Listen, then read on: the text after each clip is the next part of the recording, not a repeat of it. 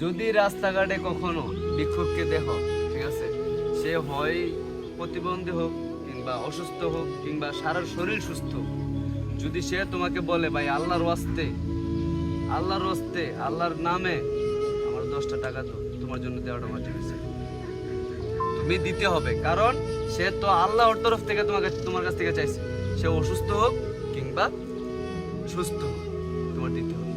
যদি সে অসুস্থ হয়ে নেয় তাহলে তো ঠিক আছে, আর যদি সুস্থ থেকে অবস্থা নেয় তোমার কাছ থেকে, তাহলে সে আল্লাহর কাছ থেকে সব দিতে হবে তার। তোমার সমস্যা নেই, তুমি দিতে পারো। হিসাব বুঝছো? কারণ আমার কথা লিখে আল্লাহর নামে কইছে, তার দিতে আমার জন্য ফরজ, দিতেই বলা আছে। আর যদি ভাই 10টা টাকা দেন, সুস্থ মানুষ, তোমার নিজের একটা বিবেকবোধ, ভাই সুস্থ মানুষ ইনকাম করতে পারে, তাহলে তো আমার টাকা দেওয়ার কোনো প্রশ্ন আসে না, ঠিক আছে না? যদি আল্লাহর নামে, অনেকে কিন্তু আল্লাহর হস্তে আল্লাহর নামে টাকা চায়, তখন দিয়ে দিবে, এটা হিসাব উপরে গিয়ে হইব।